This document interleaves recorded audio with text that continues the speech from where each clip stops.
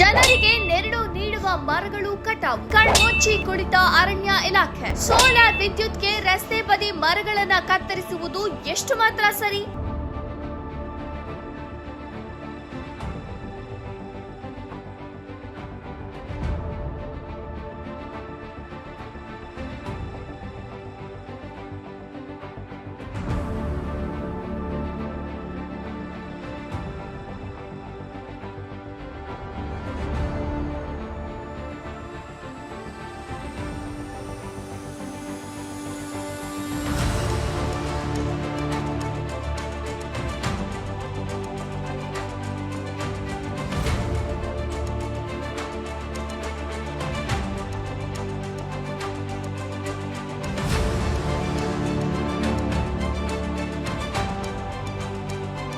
ಗುಡಿಬಂಡೆ ರಾಮಪಟ್ಟಣ ರಸ್ತೆಯಲ್ಲಿ ಬಿಸಿಲಿನ ತಾಪ ತಾಳಲಾರದೆ ಜನ ಮರಗಳ ನೆರಳನ್ನ ಆಶ್ರಯ ಪಡೆಯುತ್ತಿದ್ದಾರೆ.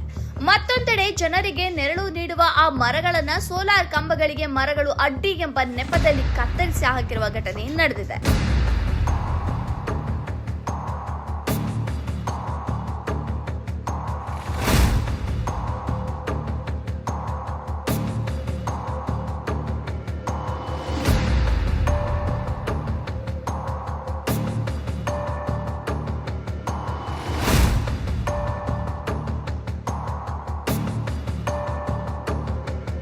ಮರಗಳನ್ನ ಕತ್ತರಿಸಿ ಹಾಕಿರುವುದಕ್ಕೆ ಗ್ರಾಮಸ್ಥರು, ಪ್ರಯಾಣಿಕರು ತೀವ್ರ ಆಕ್ರೋಶ ವ್ಯಕ್ತಪಡಿಸಿದ್ದಾರೆ.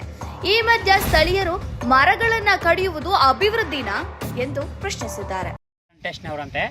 ಇವರು ಯಾರು ಪರ್ಮಿಷನ್ ಇಲ್ಲದೆ ಮರಗಳನ್ನು ಜೆಸಿಪಿ ಮುಖಾಂತರ ನಾಶ ಮಾಡಿದ್ದಾರೆ.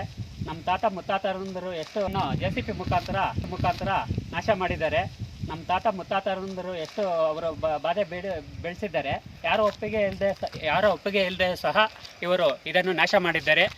ಇವರ ಮೇಲೆ ಕಾನೂನು ಕ್ರಮ ತಗೋಬೇಕಂತ ನಾನು ಮನವಿ ಮಾಡ್ತಾ ಇದ್ದೀನಿ. ಏನು ಪರ್ಮಿಷನ್ ತಗೊಂಡಿಲ್ಲ, ಏಕಾಏಕಿ ಜೆಸಿಪಿ ಇದು ಮಾಡಿಬಿಟ್ಟು ಕೆಲಸ ಮಾಡ್ತಾ ಇದ್ದಾರೆ. ಸುಮಾರು 50ರಿಂದ 100 ಜನ ಕುತ್ಕೊಂಡು ಇಲ್ಲಿ ನೆರಳಲ್ಲಿ ಆಶ್ರಯ ಪಡ್ಕೊಂತ ಬಸ್ಗೆ ಹೋಗ್ತಾ ಇದ್ರು. ಅಂತ ಮರವನ್ನೇ ಇವರು ಅಂತ ಎಗ್ಗಿಲ್ಲದೆ ರಸ್ತೆಯ ಬದಿಯಲ್ಲಿ ಅರಣ್ಯ ಇಲಾಖೆಯ ಮರಗಳನ್ನ ಕಟಾವು ಮಾಡ್ತಿದ್ರು.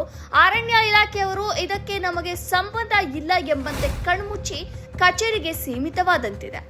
ಯಾರದೋ ಲಾಭಕ್ಕಾಗಿ ಬೇಸಿಗೆಯಲ್ಲಿ ನೆರಳು ನೀಡುವ ಮರಗಳನ್ನ ಕಟಾವು ಮಾಡುತ್ತಿರುವುದು ಸಾರ್ವಜನಿಕರು, ಪ್ರಯಾಣಿಕರು ಹಾಗೂ ಪರಿಸರ ಪ್ರೇಮಿಗಳು ಆಕ್ರೋಶ ವ್ಯಕ್ತಪಡಿಸುತ್ತಿದ್ದಾರೆ. ವರದಿ ಮೊಹಮ್ಮದ್ ನಾಸಿರ್, ಗುಡಿಬಂಡೆ.